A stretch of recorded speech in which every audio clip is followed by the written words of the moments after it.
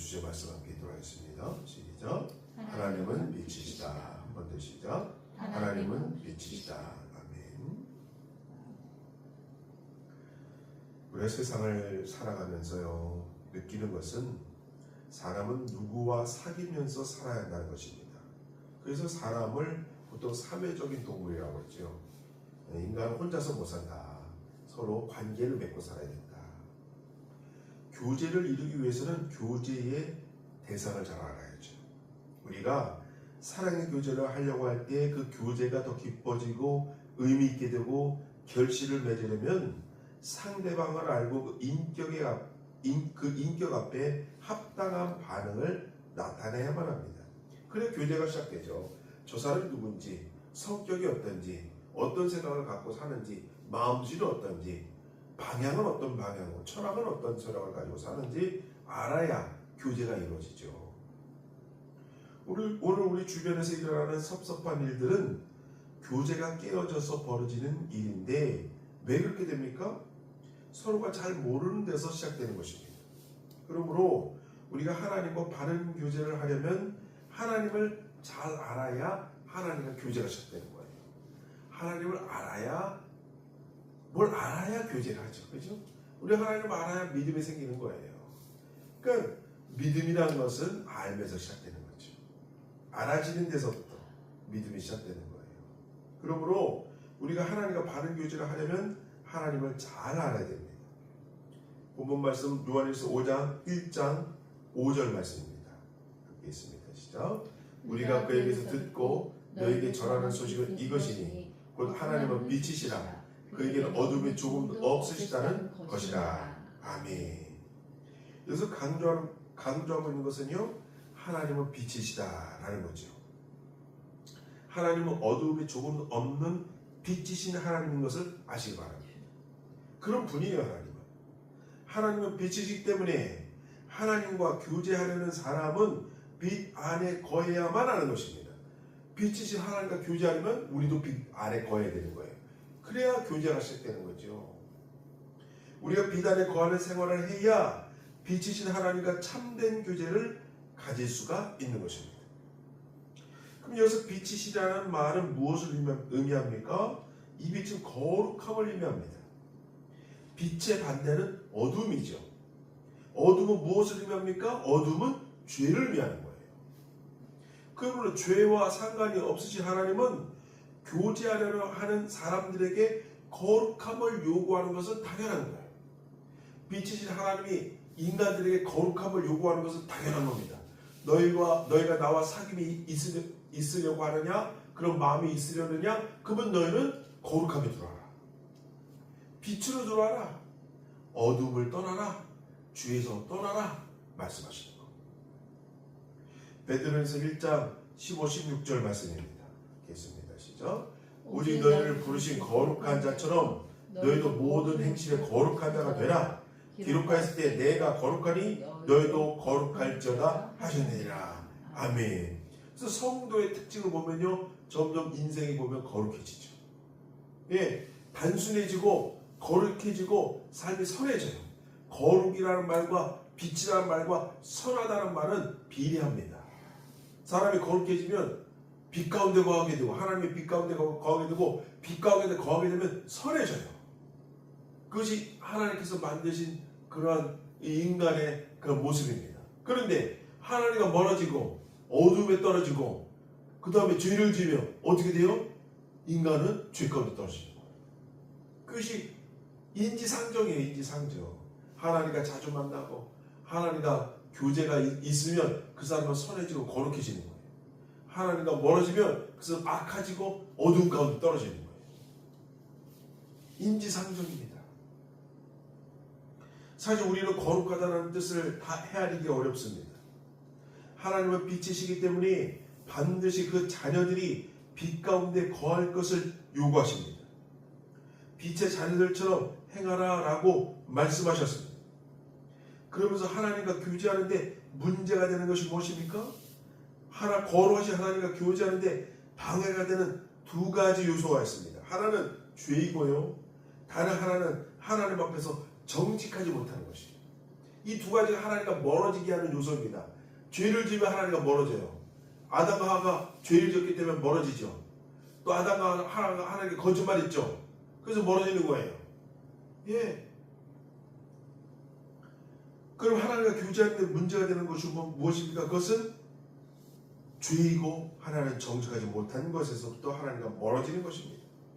우리 삶 가운데 죄가 있을 때 혹은 정직하지 못할 때 교제는 깊어지지 못하고 깨어지고 마는 것입니다. 바로 이 죄와 부정직의 문제가 하나님과 교제를 가지려고 할 때 부딪히는 문제인 것입니다. 죄가 있을 때 하나님은 거룩하신 분이시기 때문에 죄의 문제에 대해서 그냥 지나치는 분이 아닙니다. 죄를 해결하고 나를 만나길 원하세요. 죄를 해결하고 하나님께 나오길 원하세요. 그것이 뭐예요? 회개죠. 그래서 하나님 만나는 첫 번째 길은 회개입니다. 회개로부터 시작되는 거예요. 믿음은. 그래서 하나님을 딱 만나면 그때부터 회개가 되는 거예요. 죄가 다 드러나죠. 그럼 또 다 죄가 드러나고 회개가 시작되고 눈물이 시작되고 그리고 믿음이 들어오는 거예요. 그리고 또 믿어지는 거지. 바로 이 죄와 부정직의 문제가 하나님과의 교제를 가지려 할 때 부딪히는 것입니다.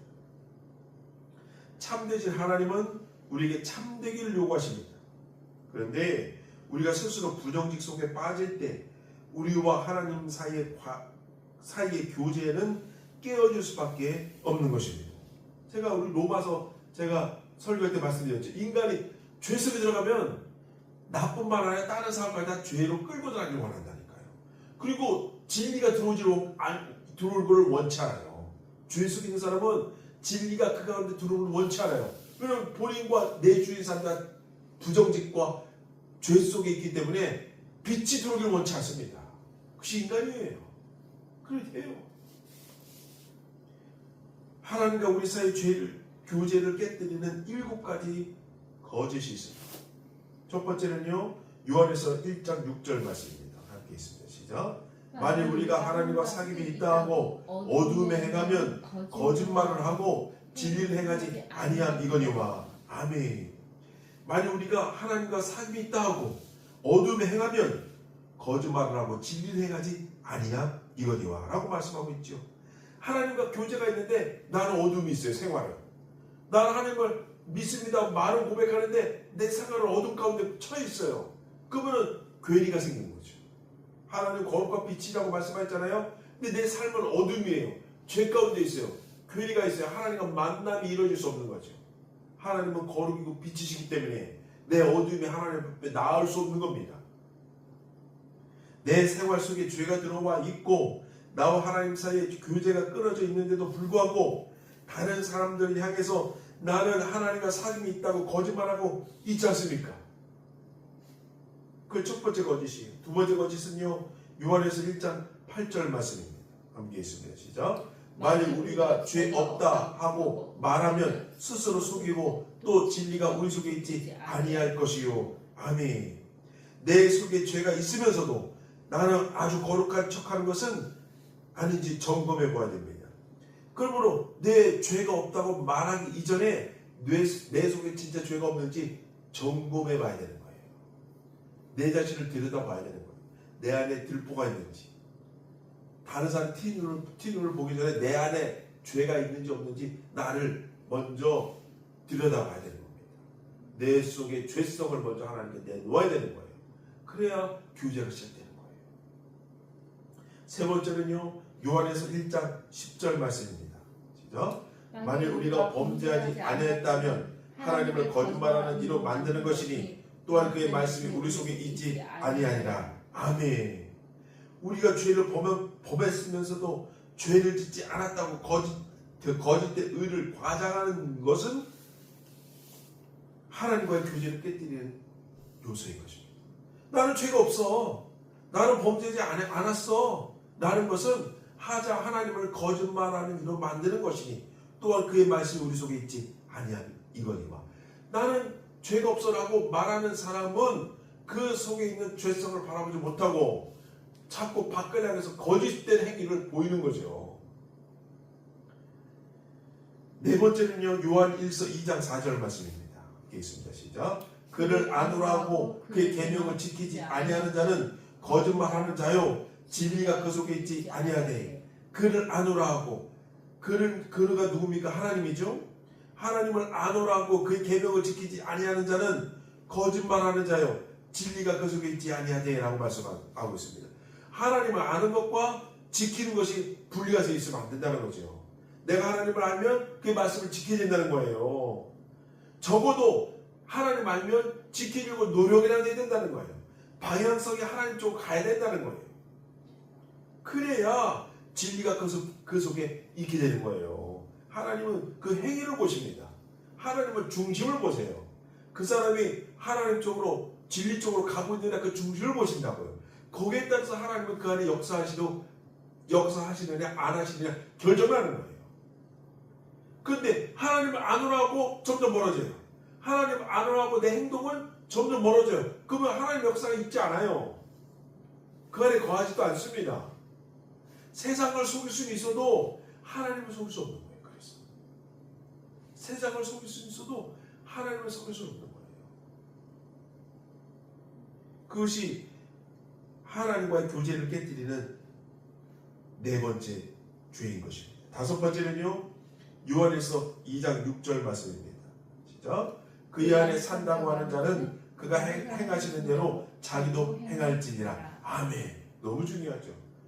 그 안에 하나님 안에 산다고 하는 자는 그가 행하시는 대로 본인도 그 자신도 하나님 행위로 살아내야 된다는 거예요.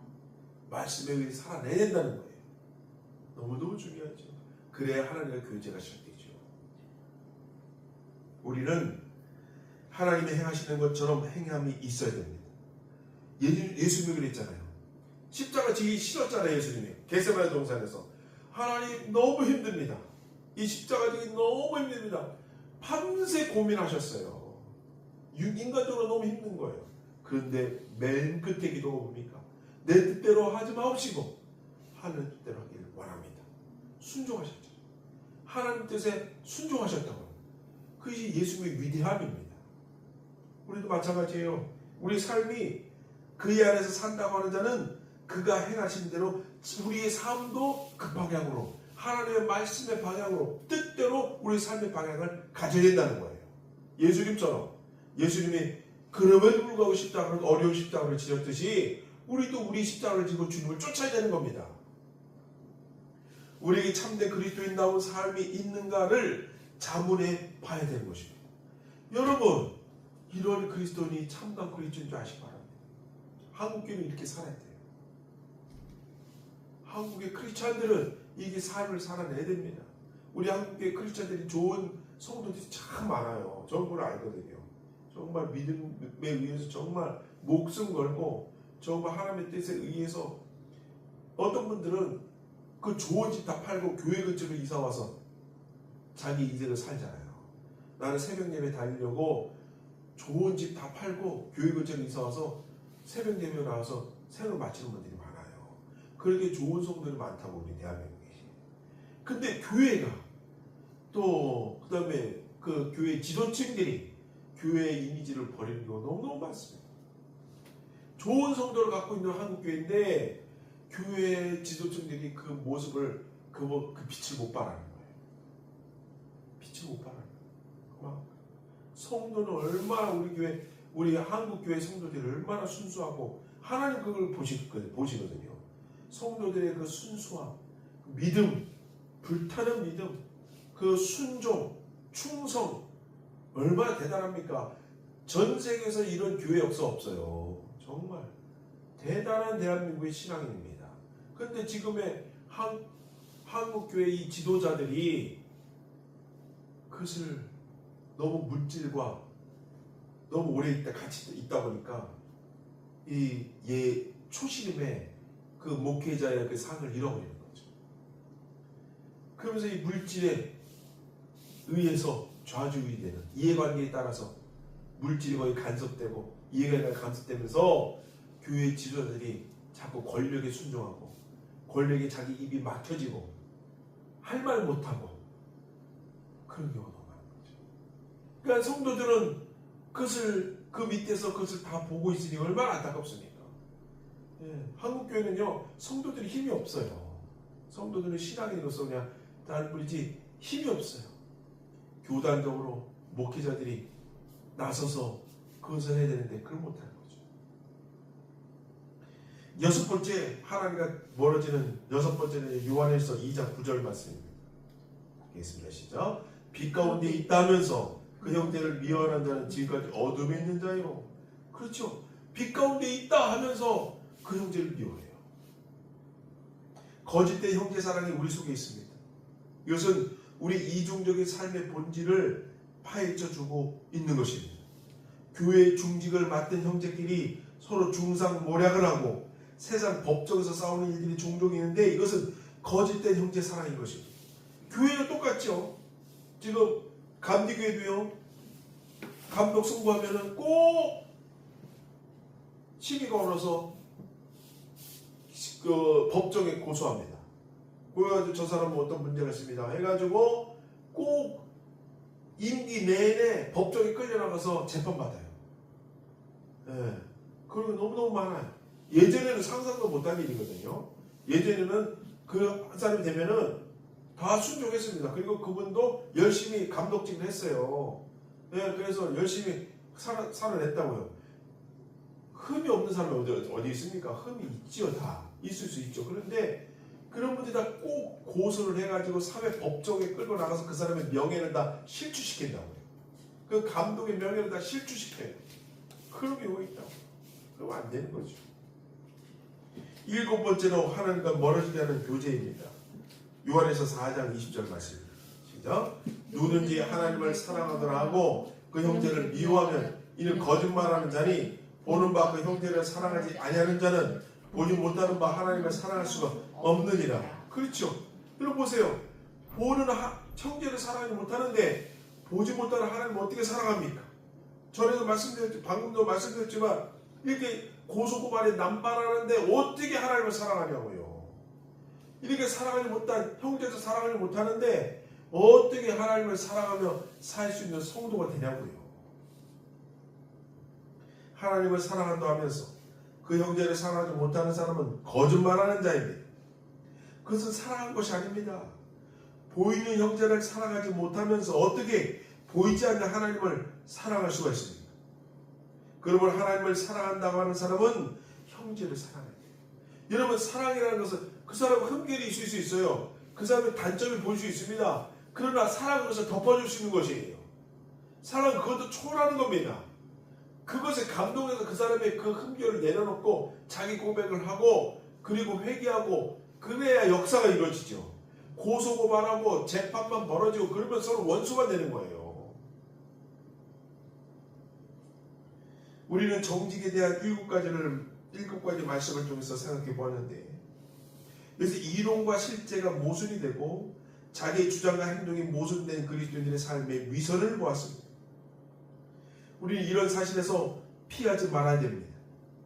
내가 정말 하나님 앞에서 위선적이었음을 인정하지 아니하고는 나의 죄된 삶을 치료할 수 없는 줄 아시기 바랍니다. 한국교회는 지금 치료가 필요한 거예요. 이 순수한 성도를 가지고 있는 한국교회, 이 충성스러운 성도를 갖고 있는 한국교회, 그런데 한국교회 교단과 이 지도층들의 회개가 있습니다. 그래야 한국교회가 이제 그 순수함을 다시 회복할 수 있어요. 회개하지 않는 지도층들을 가지고 있으면 결국 썩게 되는 거예요. 아까도 말씀드린 성도들이 힘이 없거든요. 성도들은 투표할 것도 없어요. 감리교 특별히 성도들은 장로들이 아무리 저기해도 목회자들의 뜻에 의해서 결정되게 되는 거예요. 쉽지 않습니다. 그래서 이 목회자들과 이 지도층들이 회개하지 않으면 한국교회는 이게 정말 힘든 거예요. 그렇습니다. 정직하게 하나님 앞에 다 내려놓아야 하는 것입니다. 이제 우리는 우리 죄와 부정직으로 인해서 끊겨진 하나님의 교제를 회복해야 됩니다. 하나님과 나 사이에 교제가 끊어진 상태를 인정하지 않고 마치 내 삶이 정상적으로 이루어지는 것처럼 자기를 과장하고 자기의 영적인 현실에 도피해버린다면 우리의 삶에 어떤 결과가 나타나겠습니까? 그래서 요한에서 1장 10절에서 잘 보여주고 있습니다. 요한에서 1장 10절 말씀입니다. 있습니다. 시작. 만일 우리가 범죄하지 아니했다면 하나님은 거짓말하는 이로 만드는 것이니 또한 그의 말씀이 우리 속에 있지 아니하니라. 아멘. 우리가 범죄하지 아니했다고 하나님께 거짓말하면 안 된다는 거예요. 나는 범죄하지 않았습니다. 나는 죄를 짓지 않았습니다. 라고 하나님 앞에서 하나님을 거짓말하는 자로 만들면 안 되는 거예요. 그래서 회개, 믿음의 시작은 회개라고 말씀드려요. 회개로부터 하나님께 돌아야 된다는 거죠.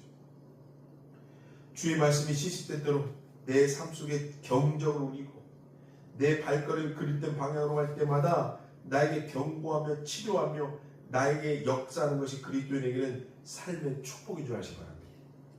그리고 다른 사람과의 교제에서 나는 하나님과의 사귐이 있다고 말하면서 실상은 어두운 가운데 행하면 거짓말하는 것입니다. 잠언서 28장 13절 말씀입니다. 시작. 자기의 죄를 숨기는 자는 형통치 못하나 죄를 자복하고 버리는 자는 불쌍히 입을 받으리라. 아멘. 죄를 자복하고 버려야 하나님께서 우리를 보듬어 주시고 거룩의 길을 인도해 주시기 바랍니다. 그렇습니다. 자기 죄를 숨기는 자는 결코 하나님의 축복을 받을 수가 없는 것입니다. 이런 사람은 기도를 해도 응답이 없기 때문에 공허하며 찬송을 해도 연락되지 아니하고 자기의 소리에 지나지 않는 것입니다. 하나님께 예배를 드려도 온갖 부정적인 비판과 원망과 불평으로 가득 차서 그 예배는 순전히 종교의식에 불과한 것입니다. 그럼 어떻게 끊어진 하나님과의 교제를 회복할 수 있습니까? 오늘 주신 말씀 요한에서 1장 7절 말씀입니다. 있습니다. 시작. 그가 빛 가운데 계신 것 같이 우리도 빛 가운데 행하면 우리가 서로 사귐이 있고 그 아들 예수의 피가 우리의 모든 죄를 죄에서 깨끗하게 하실 것이요. 아멘. 빛 가운데 거함, 그가 하나님께서 빛 가운데 거하신 것 같이 우리도 빛 가운데 들어와야 된다는 거예요. 그래야 역사가 시작되는 거예요. 방향성을 거룩함의 방향성으로 가져야 된다는 거예요. 회개로부터 시작해야 된다는 거죠. 그리고 빛 가운데 거해야 된다는 거죠.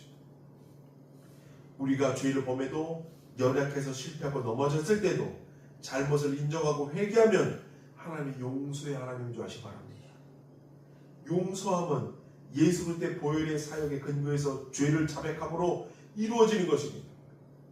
오랜 세월 동안 하나님과 교제 없이 살게 되면 죄를 범하고도 그 죄의 아픔을 느끼지 못하게 되는 것입니다. 하나님이 고백해야 됩니다. 내가 지은 죄를 하나님이 보시는 앞에서 동의해야 됩니다. 구체적으로 고백해야 됩니다.